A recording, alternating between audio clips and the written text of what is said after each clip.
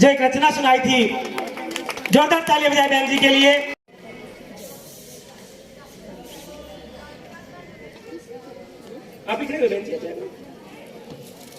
महकमे में सबसे अच्छा कार्य किया उसके लिए ताली बजा देना कि सरपंच अंजू।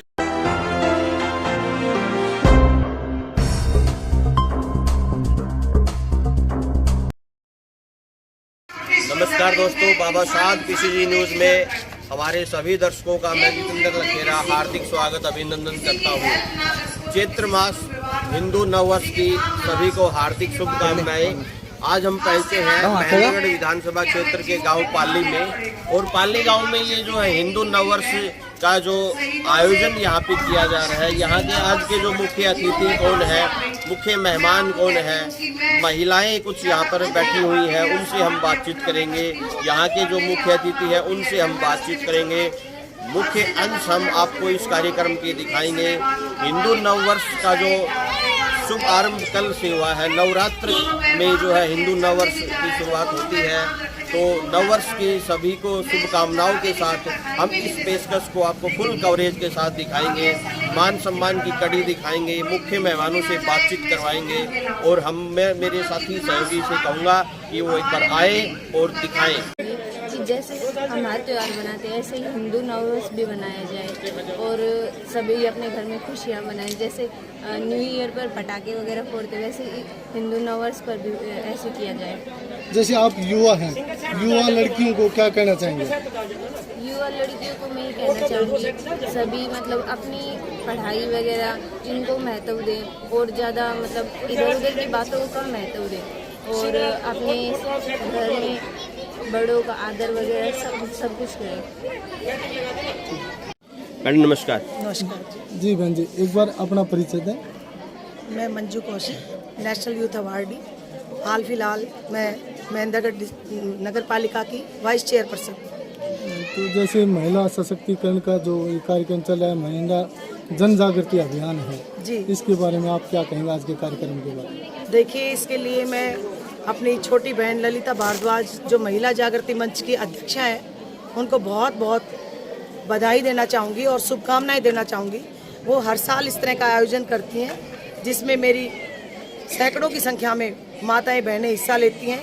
वो हर साल ये महिला दिवस, नववर्ष और शहीदी दिवस संयुक्त रूप में मनाती हैं और बहुत ही उल्लास के साथ मनाती हैं। इसमें हमारी बहन बेटियां मेहंदी प्रतियोगिता भी होती है, डांस प्रतियोगिता भी इन्होंने रखी है। जो माताएं बहनें फर्स्ट सेकंड थर्ड आएंगी उनको ये यहाँ पे विनर भी प्राइज़ भी देंगी। और उससे ज़्यादा मैं धन्यवाद करना चाहूँगी हमारी बड़ी बहन आई हैं प्रतिभा मनचंदा जी, वो भी हमारे इस कार्यक्रम में मुख्य अतिथि के तौर पे पहुँची हैं। उनका भी इस मंच की ओर से स्वागत है। मैम ये जैसे महिलाओं की जन जागृति की जो बात है जी, यहाँ पर आप काफ़ी कार्यक्रमों में शामिल रहे। महेंद्रगढ़ जिले की जैसे कन्या भ्रूण हत्या पर क्या स्थिति है आज और पहले क्या थी?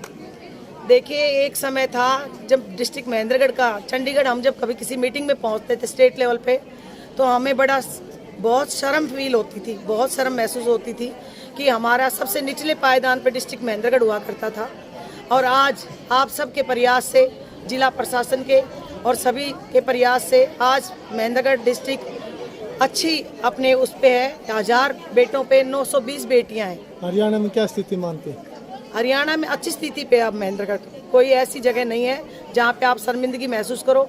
और आज भी मैंने अपनी माताओं बहनों से ये आह्वान किया है कि वो इस चीज़ को सोचें और अपने सोए ज़मीर को जगाएं और आने वाले समय में ये आंकड़ा 920 से ना होके 1000 की संख्या पे पहुँचे, बराबरी का हो जाए। जी, एक मैडम बात है, जैसे हिंदू नववर्ष तो अभी जैसे चकाचौंध भरी जिंदगी में, जैसे अभी हिंदू नववर्ष इससे पहले कम ही ऐसे होते थे कार्यक्रम जी, तो इसके बारे में महिलाओं को स्पेशल संदेश आप क्या देना चाहोगे? किस तरीके से ये आयोजन को आगे बढ़ाएं?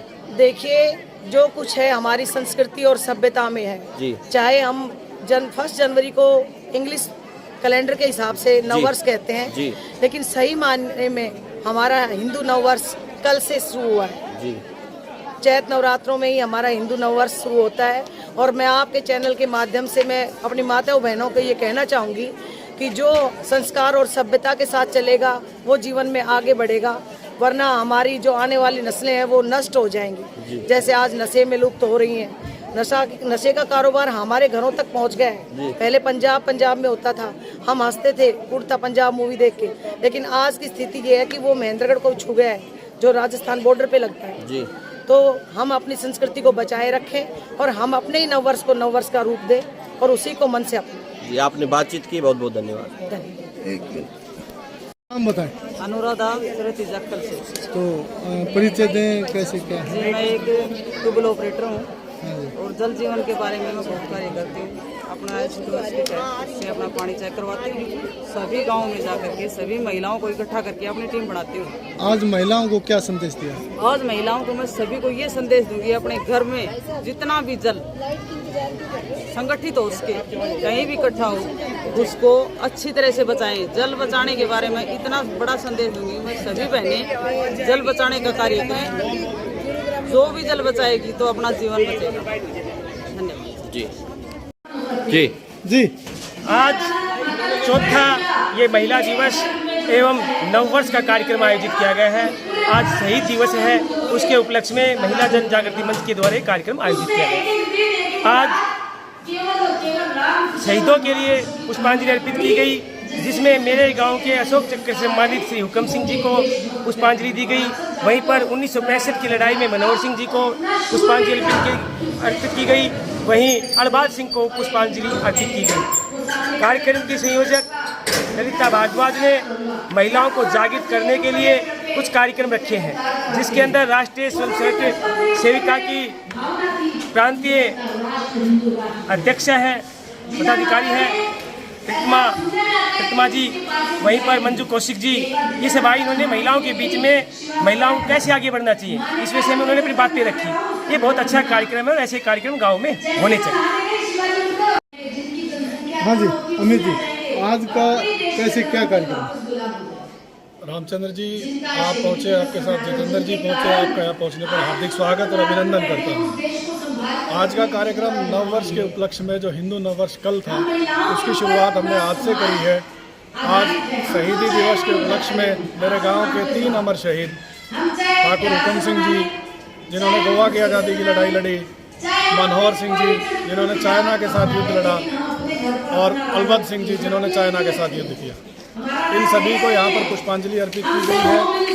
और महिलाओं ने एक साझा कार्यक्रम, जो महिला दिवस पर होली होने के कारण नहीं कर पाई थी, उन सभी माताओं बहनों ने यहाँ एक भव्य और दिव्य कार्यक्रम का आयोजन किया।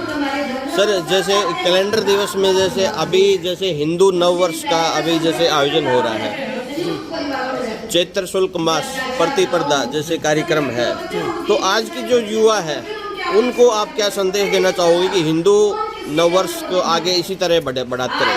देखिए जितेंद्र जी, हिंदू नववर्ष की परंपरा हमारे हिंदू धर्म में ही नहीं, अन्य धर्मों में भी अगर आप तुलना करके देखेंगे अन्य धर्मों के साथ भी, तो हिंदू नववर्ष गणित के ऊपर चलता है। हमारा पंचांग गणित के ऊपर चलता है जी। हमारे गणित के हिसाब से ही हमारे त्योहार मनाए जाते हैं। दीपावली कभी भी आपको फिक्स डेट की नहीं मिलेगी जी, हर साल अलग दीपावली मिलेगी। वो उसका कारण यही है कि हम हिंदू लोग हिंदू कैलेंडर के हिसाब से अपने त्योहारों को भी मनाते हैं जी। उसी क्रम में आपने देखा होगा, कई बार किसी पुजारी के पास, पंडित के पास हम जाते थे, पतड़ा दिखाते थे कि वर्षा कब होगी, तो वर्षा किस दिन होनी है। इसका गणित भी सटीक तरीके से हमारे हिंदुत्व के जो कैलेंडर है, हिंदू जो पंचांग है, उसी के हिसाब से होता है। और उसकी गणना हमारे चैत्र शुक्ल प्रतिपदा जो हमारा नववर्ष है, उसी के अंतर्गत वो होती है।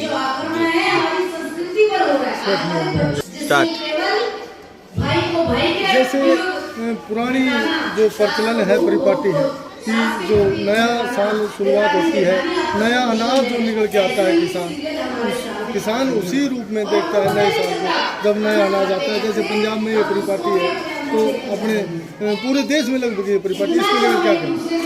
बिल्कुल ठीक कह रहे हैं रामचंद्र जी, आप इसको अलग अलग स्टेट्स में अलग अलग तरीके से मनाया जाता है।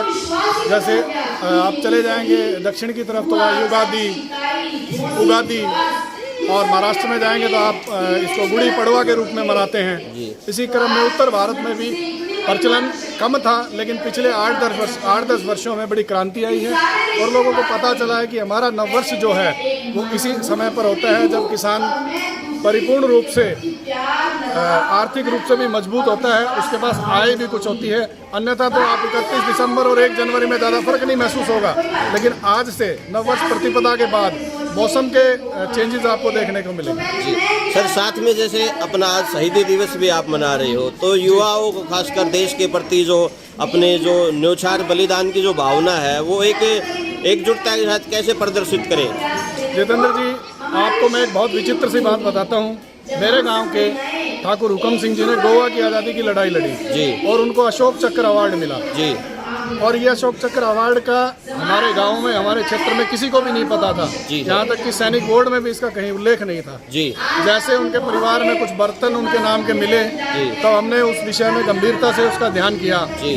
और हम फतेहगढ़ उनके आर्मी सेंटर तक गए। उसके बाद पता चला कि गोवा की आज़ादी के अंदर मात्र 3 लोग शहीद हुए थे जिनको अवार्ड मिला था।